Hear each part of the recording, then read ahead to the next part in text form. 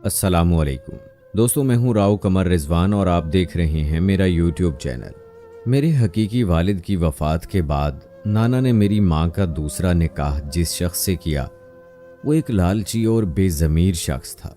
नाना जान की ज़िंदगी तक उसका सलूक हम सब से ठीक रहा, लेकिन उनके मरते ही उस आदमी ने, जिसका नाम मुजीब खान था, अपनी फितरत दिखानी शुरू कर दी। मुजीब अब्बा की अपनी कोई औलाद ना थी, लिहाजा उसे मेरी माँ के पहले शौहर के बच्चों को पालना पड़ा। मेरे हकीकी वालिद ज़ाती मकान और कुछ अराजी छोड़ गए थे।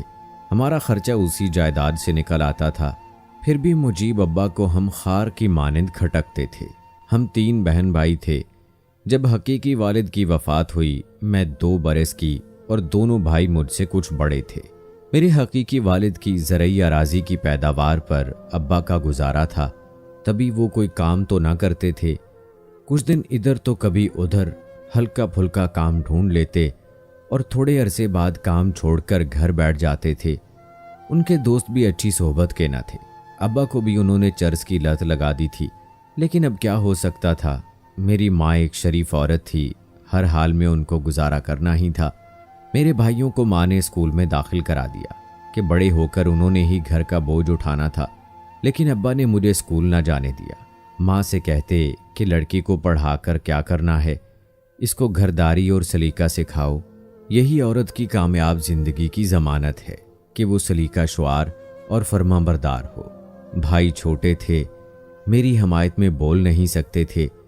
यूं मैं स्कूल जाने से रह गई। जिन दिनों मैं 5 साल की थी, उन्होंने मेरी किस्मत का फैसला कर दिया। ईद में 2 दिन थे। वालिद साहब ने अम्मी से कहा, बख्त बीबी, मैं अपने दोस्त के पास किसी काम से जा रहा हूँ।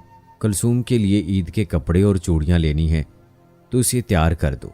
मैं उसके लिए शहर से रेडीमेड कपड़े, नई जूती और चूड़ियाँ लेता आऊँगा और बच्ची सैर भी कर लेगी। माँ मुझसे बहुत प्यार करती थी। सोचा कि ईद की शॉपिंग से मेरी बच्ची खुश हो जाएगी, सैर भी कर लेगी। उन्होंने मुझे नहलाया और साफ सुथरे कपड़े पहनाकर तैयार कर दिया। वालिद साहब मेरी उंगली पकड़कर घर से चल दिए। मैं जो बख्त बीबी की बेटी बेबख्त होने को बाप के साथ आंखों में सैर सपाटे का ख्वाब सजाकर घर से निकल आई थी, शहर जाने की बजाय अब्बा एक बैलगाड़ी में बैठकर अगले गांव आ गए। ये बैलगाड़ी हरे चनों से भरी हुई थी और गांव जा रही थी। तमाम रास्ता में हरे चने खाती गई। सफ़र का भी पता न चला और हम गांव आ गए। अब्बा ने दोस्त से मिलने का तो बहाना किया था, असल में वो मेरे बदले अपनी शादी तय कर आया था। उसको 9 उम्र लड़की से शादी का शौक था, जबकि अम्मी उससे 5 बरस बड़ी और 3 बच्चों की माँ थी। हुआ ये था कि उन्हीं दिनों अब्बा ने एक शख्स की लड़की को देखा, वो उसके दिल को भा गई। ये वालिद का पुराना वाकिफकार था। मेरे बाप ने उससे कहा कि तू मुझे अपनी लड़की का रिश्ता दे दे, बदले में तेरे बेटे को अपनी बेटी का रिश्ता दे दूंगा। चुनाचे मुझे मेरा बाप उसके गाँव ले गया। वहाँ उसने अपना निकाह उस शख्स की बेटी से पढ़वाया और मेरा निकाह अपने नए साले से करा दिया। सबके सामने ये फैसला किया गया कि मेरी रुखसती बालिग होने पर कर दी जाएगी। मेरे वालिद ने जिस लड़की से निकाह किया, उसकी रुखसती भी चंद माह बाद होना करार पाई थी। उस वक्त मैं इतनी कमसिन थी कि मुझे इल्म न था कि मेरी किस्मत का फैसला कर दिया गया है, बल्कि मैं तो वहाँ मौजूद लोगों की गोद में बैठ रही थी। घर वापस आने से पहले मोहल्ले वालों में से किसी ने यह खबर मेरी माँ को दे दी। उनको यकीन ना आया, मगर जब वालिद ने घर पहुंचकर इस खबर की तस्दीक कर दी तो वो हक्का बक्का रह गई। वो तो उन पर एतमाद करती थीं और समझती थीं कि मेरा खामिन हमेशा मेरा रहेगा। वो तो किसी और को हो चुका था। उसकी प्यारी बेटी के बदले में उसको सौकन मिल रही थी।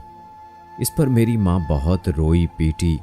वालिद से पूछा कि मेरा कसूर तो बताओ, अगर मेरी सौतन लानी थी तो मेरी ही बेटी के बदले में क्यों लाए हो। ये बातें मेरी समझदार होने पर मेरी वालिदा ने मुझे बताईं। जब मैं घर पहुंची तो खुशी से माँ की गोद में चली गई। जिस हस्ती ने चंद घंटों पहले मुझे खुशी खुशी तैयार किया था, वह मुझे लिपटाकर रो रही थी। दिन रात का रोना अब मेरी माँ का मुकद्दर बन गया था। 6 माह गुजरने के बाद मेरा बाप अपनी मनकूहा को रुखसत करवा के ले आया। वो दिल की बुरी नहीं थी, लड़की सी थी। वो खुद इस शादी से खुश ना थी। बदले की रस्म की भीड़ चढ़ गई थी। उसने अपने गम की पनाह मेरी माँ की हस्ती में तलाश की। हाथ जोड़कर अम्मी को मना लिया कि मुझसे नाराज़ मत हो, मैं तो खुद मजबूर थी, मुझको तो ज़बरदस्ती इसके पल्ले बांध दिया गया है। 2 साल तक वो मेरी माँ के साथ रही। बच्चे की पैदाइश पर वो नौज़ायदा समेत दुनिया से चल बसी। सौतन की मौत पर भी मेरी माँ ने बहुत आंसू बहाए, क्योंकि वो एक नेक दिल लड़की थी और मेरी माँ को बहुत सुख पहुँचाती थी। सारे घर का काम करती, अम्मी के कपड़े धोती, उनके पैर तक दबाती थी। सच कहूँ कि ऐसी नेक दिल लड़की मैंने कभी ना देखी थी। जब मैं समझदार हो गई तो सहेलियों के मुंह से अपने खाविंद का नाम सुना और अपने अनदेखे जीवन साथी की परस्तिश करने लगी। मेरी सहेलियां मुझे उसके नाम से छेड़ती तो मैं आसमान की वसतों में पहुंच जाती। माँ ने मेरा जहेज बनाना शुरू कर दिया था। मैं 16 बरस की हो गई तो ससुराल वालों ने रुखसती का मुतालबा कर दिया। बाप ने टाल मटोल से काम लिया। कई साल तक ससुराल वाले तकाजा करते रहे और अब्बा इनकार करते रहे। आखिर वो लोग तंग आ गए। कहा कि तुम अपनी बेटी को रुखसत क्यों नहीं करते, जबकि वो अब बड़ी हो गई है। मैं अपनी बेटी को रुखसत नहीं करूंगा, वो अभी छोटी है। जब मेरी मर्जी होगी तब रुखसती दूंगा। तुम लोगों को जल्दी है तो तलाक दे दो। वो बोले तलाक की बात क्यों करते हो, जबकि रिश्ता बदले का था और हमने अपनी बेटी वादे के मुताबिक वक्त पर रुखसत करके तुम्हारे हवाले कर दी थी। अब वो मेरे पास तो नहीं है ना। उसकी उम्र इतनी ही थी, मौत हयात तो अल्लाह के हाथ में है। हमने तो जिंदा रुखसत करके दी थी। अब अगर इंतकाल कर गई है तो इसका मतलब ये नहीं कि तुम अपनी बेटी की रुखसती ना दो। मगर अब्बा के दिल में फितूर आ चुका था। वो अपने वादे से मुनहरिफ हो गए। बोले कि मैंने तलाक लेनी है और मैं इसके लिए अदालत तक जाऊंगा। तुमसे जो हो सकता है कर लो। गांव के लोगों ने भी समझाया कि वो शरीफ लोग हैं, तुम बेटी का निकाह कर चुके हो, अपने वादे से मत फिरो। मगर वालिद ने मौक़िफ़ इख्तियार किया कि जब मेरी लड़की 4-5 बरस की थी तब निकाह हुआ था। हालांकि उस उम्र में लड़की का निकाह नहीं होता। इसके बदले वाली जो मेरी घर वाली थी वो भी मर गई है। मेरे पास तो कुछ ना रहा। अब इसी वजह से मैं अदालत जाऊंगा। बहरहाल अब्बा अदालत से मुझे तलाक दिलवाने में कामयाब हो गया। कुछ अरसे बाद वही किया जो वो चाहता था। मेरे भाई अब्दुल के निकाह के बदले किसी और घराने में बदले की रस्म दोहरा दी गई और मेरी भाभी के भाई से मेरा निकाह कर दिया गया। भाई की दुल्हन रुखसत होकर घर आ गई, मगर इस दफ़ा भी मेरे वालिद ने मेरी रुखसती ना की, बल्कि ससुराल वालों से 1 साल की मोहलत मांग ली। भाभी का भाई जिससे मेरा दूसरा निकाह हुआ था, किसी लड़की के इश्क में गिरफ्तार था। उसने मुझसे सिर्फ इसलिए निकाह किया था कि उसकी बहन की शादी वट्टे सट्टे के बगैर नहीं हो सकती थी। अब्बा को जब इस अमर का इल्म हुआ कि वो मुझसे शादी नहीं करना चाहता तो उसको बड़ी खुशी हुई। उसने माँ से कहा, ये अच्छा हुआ, अब मैं इस लड़के से कहता हूँ कि हक महर की आधी रकम दे दो, हम तुमसे खुला ले लेते हैं। इस तरह तुम अपनी पसंद की शादी कर लेना और हम इस रकम से अपनी बेटी की किसी और जगह शादी कर देंगे। जब मेरे चचा ने ये सुना तो कहा, मुजीब शर्म करो, बेटी बिकाऊ चीज नहीं होती। तुम लड़के से क्या बात करने चले हो? उसके बुजुर्गों से बात करो जिनकी मर्जी से रिश्ता हुआ था। क्या दोबारा खुला के लिए बेटी को अदालत ले जाओगे? जो बात करनी है कचहरी में जाने की बजाय जुबानी कलामी कर लो या बरादरी को हमरा ले लो। लेकिन अब्बा के दिल में तो लालच ने घर कर लिया था। उन्होंने किसी की ना मानी और उन लोगों से जानबूझकर फड्डा करके तलाक का मुतालबा कर दिया। मेरी माँ रोने लगी कि अब मेरी बेटी को दोबारा तलाक मत दिलवाओ, बल्कि खुशी खुशी रुखसती दे दो। इस पर अब्बा ने जूता उठाकर मेरी माँ को मारा तो वो बेचारी सी सककर चुप हो गई। अब्बा एक बार फिर मुझे अदालत ले गया। कचहरी और तहसील के चक्कर लगने लगे। मुझे कहा, अदालत में ये कहना है और ये कहना है, और मैं दुआ करती कि खुदा करे ये बातें मुझे मन याद रह जाएं, वरना वो घर आकर मेरी खाल उधेड़ डालेंगे। साल भर कचहरी के चक्कर लगते रहे। जिससे निकाह हुआ था उसने अदालत में बयान दिया कि मैं किसी से इश्क नहीं करता। कलसूम मेरी मनकूहा है, मैं इसके साथ जिंदगी बसर करना चाहता हूँ। लेकिन मेरा बाप डरा डरा कर वही बयान दिलवाता था जो वो चाहता था। बिलाखिर इस बार भी मुझको खुला दिलवाने में कामयाब रहा। वो मेरे तीसरे निकाह की तैयारियां करने लगा तो माँ ने कहा, कुलसूम तो खुद से कह दे कि अब मैं निकाह नहीं करूँगी, बस बहुत हो गया। मैंने अब्बा से जुरत करके कह दिया। वो बोला, बस बेटी ये आखिरी दफ़ा है, तेरे दूसरे भाई का घर भी तो बसाना है। यहाँ वट्टे सट्टे के बगैर लड़की की शादी नहीं हो सकती। तेरे बदले तेरे छोटे भाई का घर बस जाएगा। मैं इसीलिए ऐसा कर रहा हूँ, वरना मुझे और क्या लालच है। अब्बा के तेवर देखकर मैं फूफी के घर चली गई और उनको तमाम अहवाल बताकर कहा कि उम्र भर कमारी रह लूंगी, मगर ये बार बार निकाह वाला खेल अब नहीं कर सकती। वो बेचारी सोच में पड़ गई कि क्या करे। 2 दिन भी न गुजरे थे, मेरा बाप फूफी के घर चंद लोगों के हमरा आ गया, साथ गांव का मौलवी भी था। ये सब मेरा निकाह पढ़ाने आए थे। किसी को मेरे रोने धोने की परवाह न थी। उन्होंने ज़बरदस्ती मेरे निकाह नामे पर अंगूठे लगवाए और चले गए। अब्बा ने फूफी को धमकाया कि निकाह हो गया है, मैं इसका दिमाग दुरुस्त कर लूँ तो आप ही मान जाएगी। कुछ दिन ठहर कर मैं इसकी रुखसती कर दूंगा। खुदा की करनी, निकाह के तीसरे रोज़ मेरी माँ फौत हो गई।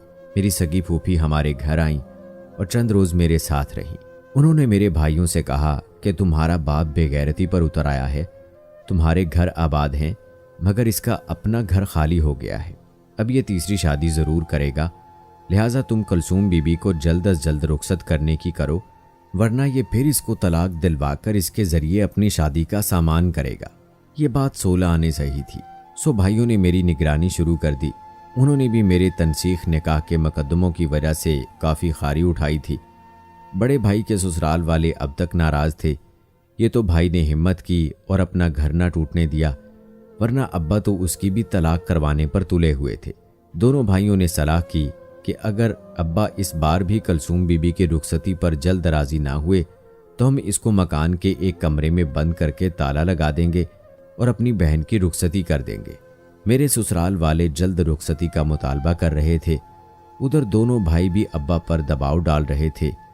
अब्बा हर बात के जवाब में कहता, तुम लोगों को इतनी क्या जल्दी पड़ी है, बेटी की शादी धूमधाम से करूंगा, अच्छा जहेज दूंगा, ज़रा तैयारी तो कर लेने दो, सोचने समझने का मौका तो दो।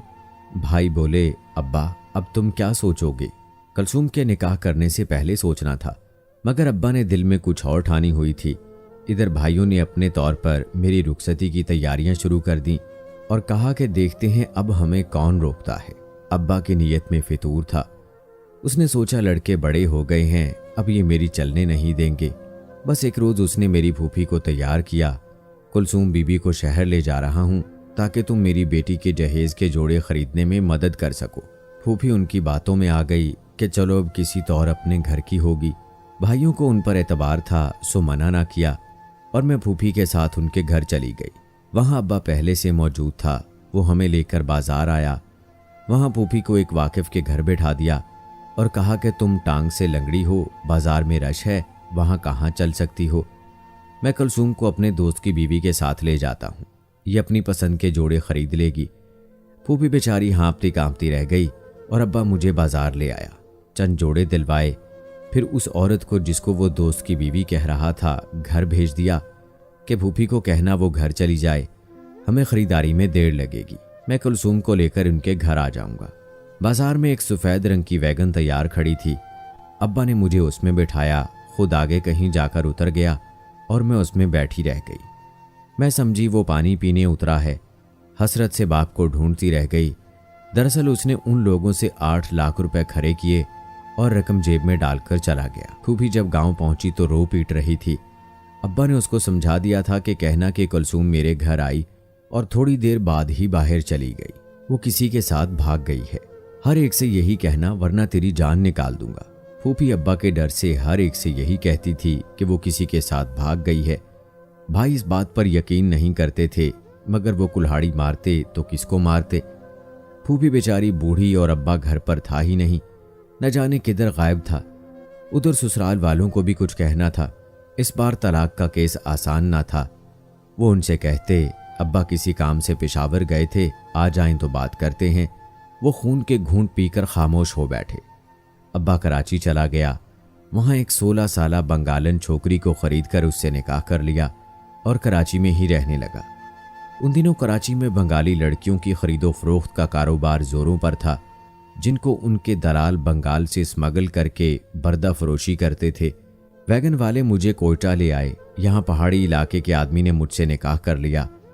मैंने बहुत कहा कि मेरा निकाह हो चुका है और निकाह पर निकाह जायज़ नहीं, लेकिन उन लोगों को मेरी कोई बात समझ में ना आई। उन्होंने मुझे ख़रीदा था, सो मैं उनकी बांदी थी। उधर मेरे बाप ने मेरे नए ससुराल वालों के साथ मिलकर थाने जाकर अपने कुछ मुखालिफों के नाम मेरे अगवा का पर्चा दर्ज करवा दिया। उधर मैं पहाड़ों में 6 साल कैद रही। उन दिनों का क्या हाल बताऊं कि ज़मीन कांप उठे। कैसे कैसे अजाब वहाँ न थे। हम बेशक अमीर न थे, मगर थोड़ी सी ज़रई अराजी से इतना अनाज और रुपया आ जाता था कि पेट भर सुकून की रोटी खाकर सो जाते थे। मगर यहाँ तो जवार की सूखी रोटी के सिवा कुछ न था।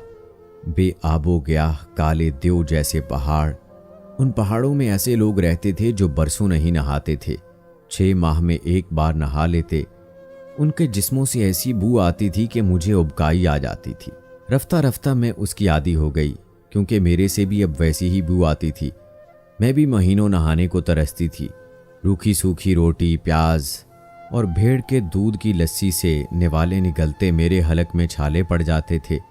यहाँ कोई औरत बीमार हो जाती तो वो मर जाती, मगर उसे इलाज को न ले जाते थे। यहाँ की जिंदगी कितनी कठिन थी। मैंने सोच लिया वापस जाने की उम्मीद बेकार है, अब यहीं जीना है और मरना है। अब्बा को बद्दुआएं देती थी, जिसने बुढ़ापे में नई दुल्हन का अरमान पूरा करने के लिए मुझे बेच दिया था। खुदा चाहता है कि इंसान उसकी रहमतों से मायूस ना हो। 6 साल बाद जब मैं बिल्कुल मायूस हो चुकी थी, एक बार मुझे पहाड़ से शहर के अस्पताल जाने का मौका मिला, जहां मेरे शौहर की बीमार मां को अस्पताल में दाखिल कराया गया था। उसके गुर्दे का ऑपरेशन होना था। इत्तफाक से मुझे नर्स से अकेले में बात करने का मौका मिल गया। मैंने उससे मिन्नत की कि तुम किसी तरह इस पते पर मेरे भाइयों को इत्तला कर दो, आकर मुझे यहाँ से ले जाएं। वो रहमदिल लड़की थी। उसने घर जाकर अपने बाप को बताया। उसका बाप उसी वक्त मेरे भाइयों के पास चला गया और मेरा पैगाम उनको दिया। वो उसके शहर आए और फौरन डीसी साहब से मिले। वो मेरा निकाहनामा भी साथ लाए थे। इस तरह उन्होंने मुझे बरामद कराकर मेरे भाइयों के हवाले किया और मुझे जालिमों के चुंगल से रहाई दिलाई। अब्बा का पता चला कि वो कराची में एक ट्रैफिक हादसे में इंतकाल कर चुके हैं। अब कौन उनका बाल बीका कर सकता था, पर एक मौजज़ा ही था कि मैं दोबारा अपने घर वापस आ गई। जब मैं घर पहुंची, मेरी हालत बुरी थी। औरतें मुझे देखने आई थीं और अफसोस करती थीं। उनसे भाइयों ने यही कहा था कि ये शहर में बाजार की भीड़ में गुम हो गई थी और वालिद से बिछड़कर रास्ता भूल गई थी। जिन लोगों से रास्ता पूछा वो उसे उठाकर ले गए। ये उनके चुंगल में थी। फ़र्क ये था कि उन्होंने उससे जबरी मुशक्क़त नहीं ली, बल्कि खादमा बनाकर रखा। ये मामला मेरे भाइयों ने मेरे ससुराल में जाकर बताया। वो लोग मुझे देखने आए और मेरी हालत देखकर यकीन आ गया। उन्होंने हमको माफ़ कर दिया। तलाक तो वो दे ही चुके थे और जिससे निकाह हुआ था उसने शादी भी कर ली थी। इसके बाद मैं भाई भाभियों के साथ रहने लगी। भतीजे भतीजियाँ मुझसे प्यार करने लगे। मुझको एक नई जिंदगी मिल गई। सर शुक्र के मैं इन रिश्तों के दरमियान अपनों में हूँ। उनकी मौजूदगी में ही खुद को अकेला नहीं समझती। क्या कोई सौतेला बाप अपनी अयाशी की खातिर किसी बेटी की जिंदगी ऐसे तबाह कर सकता है? मेरी तो रूह भी काम जाती है जब बाप याद आता है। कैसी लगी ये दर्द भरी कहानी कमेंट बॉक्स में ज़रूर बताएं। मिलते हैं अगली वीडियो में, तब तक के लिए अल्लाह हाफिज़।